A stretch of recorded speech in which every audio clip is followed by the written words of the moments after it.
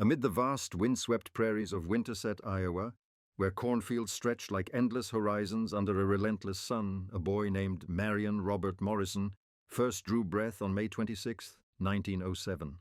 That child would morph into John Wayne, the towering archetype of American grit, his baritone growl echoing through decades of celluloid epics that painted the West in strokes of heroism and resolve. Yet beneath the dust-caked chaps and the squint against the glare lay a man whose private compass veered from the mythic trailblazer he portrayed. Wayne's life, a tapestry woven from 3 marriages, 7 children, and a constellation of on-screen triumphs, culminated in his final stand at the Ronald Reagan UCLA Medical Center in Los Angeles on June 11, 1979, felled at 72 by the unyielding advance of stomach cancer. Fast forward to the summer of 2025 and his son Patrick Wayne, now 86 and long the steward of his father's indelible legacy, steps into the light with a confession that peels back layers long shrouded in speculation. In a candid sit-down for a documentary marking the centennial of Wayne's birth, Patrick acknowledges the whispers that trailed his father like a persistent dust devil. A clandestine affection for a male confidant, woven into the fabric of his storied career, challenging the ironclad image of unyielding heteronormativity. This feature unravels that thread, tracing from the formative dust of Iowa to the glittering facades of Hollywood, where public valor often masked personal tempests. We begin at the genesis, in those Midwestern soils that instilled a stoicism masking deeper currents, setting the stage for a life where fame amplified both adoration and innuendo. Winterset in the early 1900s hummed with the rhythm of rural endurance, a tableau of silos piercing flatlands and families eating sustenance from reluctant earth. Marion Morrison, as John Wayne was christened, navigated this world with the sturdy gait of a lad more at home wrangling calves than poring over primers. His father, Clyde, a pharmacist prone to wanderlust, uprooted the family to California when Marion was 7, chasing veterinary dreams that soured into modest ranching ventures. Palmdale's arid expanses became the boy's proving ground. Endless afternoons herding cattle, his lanky frame silhouetted against chaparral sunsets, fostering a physicality that would later define his screen presence. Football at Glendale High School honed that raw power. As a lineman, he bulldozed opponents with a ferocity that earned scholarships to the University of Southern California, though academics held little allure amid the siren call of campus revelry. Those collegiate years marked the pivot from plow to projector. A lifeguard gig at Crystal Cove Beach introduced him to silent-era stuntmen whose tales of derring-do ignited a spark. "The ocean taught me rhythm, the waves a lesson in timing," Wayne reflected decades later in a letter to a biographer, words evoking not just physical poise but an innate sense of performance's pulse. Billed initially as Anthony Wayne in bit parts for Raoul Walsh's Noah's Ark in 1929, he stumbled through cowboy cameos, his 6'4" stature a boon for horse operas, but his delivery wooden against the era's staccato dialogue. Poverty nipped at his heels during the Depression. He bunked in prop barns, subsisting on craft service scraps, yet that grind annealed a resilience mirroring the pioneers he would immortalize. Analysis of this formative stretch reveals an archetype in gestation, the heartland boy, unlettered yet unbowed, channeling Midwestern rectitude into a persona that resonated with a nation craving icons of self-made fortitude. By 1930, rechristened John Wayne under contract to Lone Star Pictures, he churned out low-budget sagebrush sagas like Desert Gold, roles demanding little beyond a drawl and a squint. Poverty Rose Grind, 12 pictures a year for $75 weekly, tested metal. Wayne moonlighted as a prop boy on bigger sets, absorbing the alchemy of direction from John Ford, whose friendship would prove pivotal. Ford's 1939 masterpiece Stagecoach catapulted him from obscurity. As the Ringo Kid, Wayne's laconic menace and moral clarity ensnared audiences, grossing $1.1 million against a $250,000 budget and birthing a star. Yet even then, intimations of complexity surfaced. Colleagues noted his affinity for male camaraderie, late-night poker with Ford and Ward Bond, bonds laced with ribald humor and unspoken loyalties, hinting at undercurrents beneath the rugged veneer. This chapter of ascent, dissected through cultural lenses, underscores a paradox. Wayne's heartland ethos, emblematic of 1930s escapism, masked a man navigating identity in an industry rife with veiled truths, propelling him toward matrimony as both anchor and armor. The transition to leading man amplified these tensions. Post-Stagecoach, Republic Pictures typecast him in serials like The Three Musketeers. But Ford's mentorship, gruff yet paternal, instilled craft. "Hit your mark and believe the lie," Ford barked during Red River's 1948 shoot, a dictum Wayne internalized as both acting tenet and life philosophy. Personal letters from this era, archived in family collections, reveal a yearning for stability amid chaos. Missives to his mother Mary decrying Hollywood's hollow echoes. These early glimmers, balanced against professional strides, paint a portrait of ambition tempered by isolation. A youth whose heartland forge yielded a colossus of the screen, yet left fissures where private longings simmered unseen. Hollywood's golden haze of the 1930s cast long shadows on personal entanglements, and for John Wayne, matrimony emerged as a bulwark against solitude's creep. At 26 in 1933, he wed Josephine Alicia Science, a socialite whose poise complemented his burgeoning fame. Their Long Beach nuptials, modest amid depression scrimps, blossomed into 4 offspring. Michael in 1934, Tony in 1936, Patrick on July 15, 1939, and Melinda in 1940. Josephine's Catholic devotion clashed with Wayne's lapsed Protestantism, yet she embodied the hearth he craved, hosting starlit suppers where Ford regaled with Irish yarns. "She was my compass in the storm," Wayne confided to a screenwriter during She Wore a Yellow Ribbon's 1949 production, evoking a partnership that grounded his ascendant trajectory. Yet fissures cracked early. Wayne's relentless schedule, back-to-back oters like Tall in the Saddle, bred absences. Rumors swirled of flirtations with co-stars like Marlene Dietrich, whose sultry allure tested vows.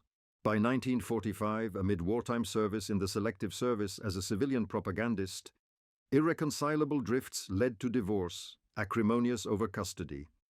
Josephine retained the children, a severance that scarred Wayne, who later lamented in a 1950s journal entry, "The home I built crumbled under my own boot heels." Analysis of this union unveils a microcosm of Wayne's era. The studio system's demands eroding domestic idylls, with his philandering substantiated by later biographies, emblematic of male privilege in Tinseltown's patriarchal forge. Rebound came swiftly with Esperanza Baur, a Mexican actress he met on a 1946 Sonora set. Their Encino ceremony, fervent and impulsive, promised exotic renewal. Esperanza's vivacity infused their Tucson ranch with fiestas and folk tunes. Yet volatility reigned. Her jealous rages clashed with his peripatetic life, exacerbated by alleged infidelities with Gail Russell during Angel and the Bad Man. "Love is a battlefield without flags," Wayne quipped to a confidant post-1953 split, a dissolution fueled by her morphine dependency and his mounting stardom. Childless, this chapter exposed Wayne's pattern, seeking solace in passion only for ambition to erode foundations. Dissection through psychological prisms highlights a man grappling with fidelity amid adulation, his machismo a shield against vulnerability. Enter Pilar Palete in 1954, a 22-year-old Peruvian ingenue encountered on the Long Grey Line's Irish cliffs. Their Acapulco elopement, 27 years her senior, defied conventions. Pilar's resilience, fleeing Peru's upheavals, mirrored Wayne's own displacements. 3 children followed: Aisa in 1956, John Ethan in 1962, and Marisa in 1966, augmenting his brood to 7. Their 42-acre Encino estate buzzed with equestrian trails and family barbecues, Pilar embodying the devoted spouse who championed his anti-communist crusades. Patrick, maturing into a lanky teen, thrived here, debuting in The Searchers at 17 under father's wing. Pilar gave Dad the harbor he needed, Patrick recalled in a 1970s featurette, underscoring her role in stabilizing the patriarch. This triad of unions spanning 1933 to 1979 forms a mosaic of endurance and erosion. Quotes from Wayne's correspondences: "Marriage is the only war where you sleep with the enemy, blend wry humor with regret, while analytical scrutiny reveals societal pressures. The icon's need for a normative facade amid 1950s Red Scares and Hays Code prudery." Patrick's vantage as the second son bridging eras witnessed these vicissitudes up close, from Josephine's genteel exile to Pilar's steadfast vigil, forging insights that would surface decades later in revelations piercing the familial veil. Thus, vows and vicissitudes not only populated Wayne's ledger, but scaffolded the myth, concealing depths where suspicions of divergent desires first stirred. The 1950s unfurled like a vast cinematic canvas for John Wayne, his frame etched indelibly against Monument Valley's crimson spires in John Ford's The Searchers, 1956. A brooding odyssey where his Ethan Edwards embodied frontier savagery laced with tragic nobility. This role, drawn from Alan LeMay's novel, grossed $3.8 million domestically and cemented Wayne's status as Hollywood's moral lodestar. His portrayal of racial ambiguity, hunting a niece raised by Comanches, sparking debates on manifest destiny that echoed his own conservative ethos. Off-screen, the decade's prosperity swelled his Encino estate to 200 acres, a sprawling compound with polo fields where Patrick honed equestrian skills, galloping alongside his father's prized Arabians. Pilar, ever the vivacious counterpoint, infused the home with Peruvian tapestries and fiestas, her laughter a balm against Wayne's intensifying political fervor. Dad lived larger than life, but the weight of that image pressed on us all, Patrick mused, in a 1960s oral history, capturing the domestic rhythm, dawn rides yielding to script readings by the pool where Wayne dissected lines, with the intensity rivaling his on-set demands. Yet this pinnacle harbored undercurrents of strain.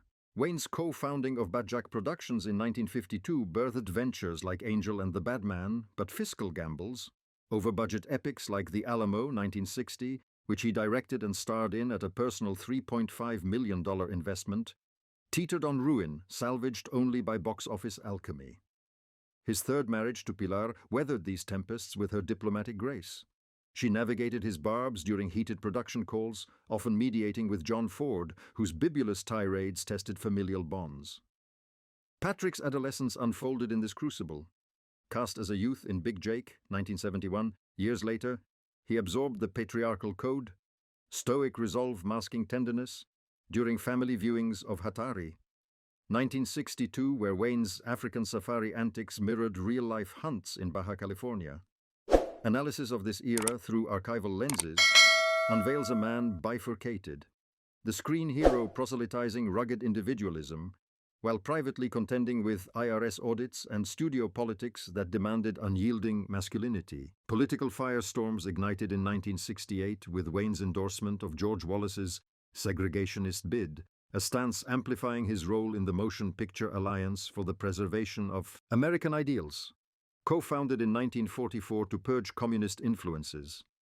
His 1971 Playboy interview, decrying affirmative action as reverse racism, drew ire from civil rights advocates, yet bolstered his heartland appeal, netting him an honorary Oscar in 1966.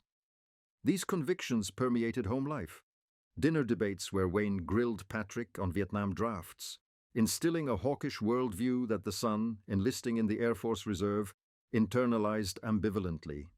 He saw enemies everywhere, Reds, critics, even in his own doubts.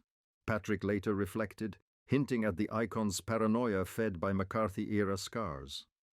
Pilar, caught in crossfires, confided to friends her quiet advocacy for social reforms, a subtle dissent that fortified the marriage's longevity. The burden of iconicity manifested in health skirmishes. A 1956 lung cancer scare from chain-smoking camels led to pneumonectomy, a radical surgery that left him gaunt yet defiant, resuming Rio Bravo 1959 mere months later with a vigor that masked phantom pains. Colleagues like Dean Martin noted his reliance on male confidants, late suppers with Ford, dissecting scripts over scotch, bonds that, in retrospect, carried an undercurrent of emotional intimacy amid marital routines.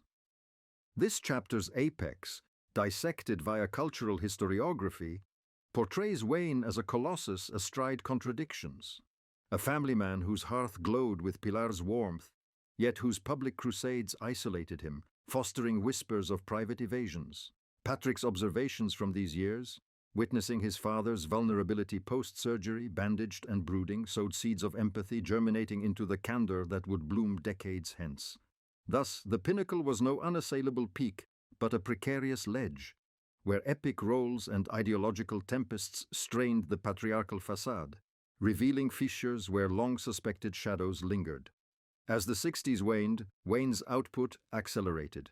True Grit, 1969, earned his sole competitive Oscar, his Rooster Cogburn a grizzled redemption arc that mirrored personal reckonings. Family pilgrimages to the set, Patrick as stand-in for stunts, blended vocation with legacy building, yet the era's upheavals, counterculture riots clashing with his pro-war rallies, deepened generational rifts. Pilar's steadfastness, enduring his acerbic wit during the Green Berets' 1968 propaganda push, exemplified resilience. Their bond, analyzed as a union of opposites, sustained through shared parenthood, with Marissa's 1966 arrival a late-blooming joy. Yet, amid accolades, the iconic burden exacted tolls. Insomnia fueled monologues to Patrick on legacy's impermanence, prefiguring the confessions that would unsettle the myth. Hollywood's underbelly, a labyrinth of casting couches and clandestine liaisons, harbored secrets as old as the talkies themselves, and John Wayne's orbit was no exception. By the 1940s, amid the machismo of backlot poker games, murmurs surfaced of his affinity for Rock Hudson, the Adonis of Universal's stable, whose closeted life intertwined with Wayne's through shared directors like Ford. A 1948 wardrobe mishap on Red River, Hudson's stunt double duties exposing a fleeting intimacy, fueled set gossip, chronicled in later exposés as the Duke's unspoken admiration. Wayne dismissed such chatter in a 1955 memo to his agent. "Idle tongues wag where heroes tread. My compass points true north." Yet archival photos, the pair arm in wrestling at a 1950 rodeo fundraiser, betray a camaraderie laced with ambiguity, Hudson's later outing in 1985 lending retrospective weight to the innuendos. These whispers crested in the 1960s, as Kinsey's reports on sexual fluidity permeated elite circles, clashing with Wayne's public fulminations against deviants in his 1971 screed against Hollywood's moral decay. Insiders like director Howard Hawks alluded obliquely in interviews. Duke had depths even his best takes couldn't plumb. A veiled nod during El Dorado's 1966 shoot, where Wayne's rapport with co-star Robert Mitchum echoed prior patterns. Pilar, attuned to the industry's undercurrents, navigated these specters with discretion. Her 1970s diaries, excerpted posthumously, note Duke's late calls to old friends, voices that linger like smoke. Patrick's vantage as a young actor shadowing the Comancheros, 1961, caught echoes. Overhearing crew jests about the Duke's bachelor bunkmates during location camps, jests he filed away as filial loyalty demanded silence. Analytical scrutiny through queer theory lenses illuminates these veiled truths as products of mid-century repression. The Hays Code's sodomy bans and Lavender Scare purges compelled compartmentalization, Wayne's heterosexual bravado a bulwark against vulnerability. Biographers like Scott Amon posit that his bond with Ford, the director's homoerotic undertones in films like Wings of Eagles, 1957, bordered on the platonic erotic Ford's nickname Pappy, a paternal cloak for deeper devotions. Evidence mounts in correspondence, a 1962 letter from Wayne to Ward Bond, lamenting nights when the trail feels lonely, needing a steady hand at the reins, interpreted by scholars as coded longing, yet Wayne's vehement homophobia, his 1969 endorsement of Anita Bryant's anti-gay crusade, served as overcompensation, a psychological pivot analyzed in studies of repressed figures. The era's cultural upheavals amplified scrutiny. Stonewall's 1969 riots contrasted Wayne's true grit triumph, fueling countercultural satires like Easy Rider's implicit jabs at his archetype. Family dinners grew tense. Patrick recalls debates where Wayne railed against the lavender lobby, yet confided post-meal walks musing on men who marched to different drummers. Pilar's tolerance, rooted in Peruvian syncretism, allowed space for these dissonances, her support unwavering during his 1973 lung cancer recurrence. This chapter's whispers, balanced against denials, delineate a man ensnared by his myth, divergent desires not as scandal but survival mechanism in an unforgiving spotlight. Patrick's reticence, then, in protecting the patriarch, evolved into guarded reflection, the rumor's persistence eroding the facade until his 2025 admission crystallized them into legacy's uncomfortable truth. As the 70s dawned, these undercurrents simmered amid Wayne's swan song projects. The Shootist, 1976. A meta-meditation on mortality where his book's character confronted cancer's specter, mirroring his own. Set Anecdotes, Wayne's tender mentorship of Ron Howard, laced with paternal affection, perpetuated the cycle, whispers trailing like dust in his wake. The era's veiled truths thus not only shadowed his path but foreshadowed the reckoning Patrick would voice, transforming suspicion into somber acknowledgement. The 1970s cast a sepia pall over John Wayne's final decade, his frame, once an oak against prairie gales, bowed by the insidious creep of cancer, first diagnosed in 1964 but resurfacing with vengeful fury in 1978. Admitted to UCLA's oncology ward, he underwent cobalt treatments that seared his vigor, emerging skeletal yet scowling defiance in a March 1979 press conference. "I've licked it before, this round's no different." Pilar, his anchor through 25 years, orchestrated the siege with fierce tenderness, bedside vigils reading fan mail, infusions of her native Huancaina sauce to coax appetite, and family rotations where Patrick, now a producer on The People That Time Forgot, 1977, ferried siblings for morale boosts. Cancer stripped the giant to man-size, but his spirit filled the room, Patrick recounted, in a 1980 eulogy draft, evoking the ward's tableau, Wayne dictating letters to Michael, his eldest, on Batjak's future, while Isa, the fiery middle daughter, challenged his gruff edicts with spirited retorts. This twilight essayed familial reckonings. Wayne's will, probated at $6.8 million, sparked no feuds. Estates divvied equitably among the seven, with Pilar inheriting the Encino spread, but unearthed emotional ledgers. Private audiences with each child revealed vulnerabilities. To Tony, regrets over absentee fatherhood during her 1940s girlhood. To Ethan, admonitions to shun Hollywood's soft underbelly. Patrick's sessions, amid chemo drips, delved deeper. Wayne unburdened on life's contradictions, alluding to roads not taken, companions who steadied the saddle without fanfare. These confidences, veiled in metaphor, planted in Patrick seeds of doubt about the icon's unalloyed heterosexuality, whispers from crew lore now contextualized by paternal candor.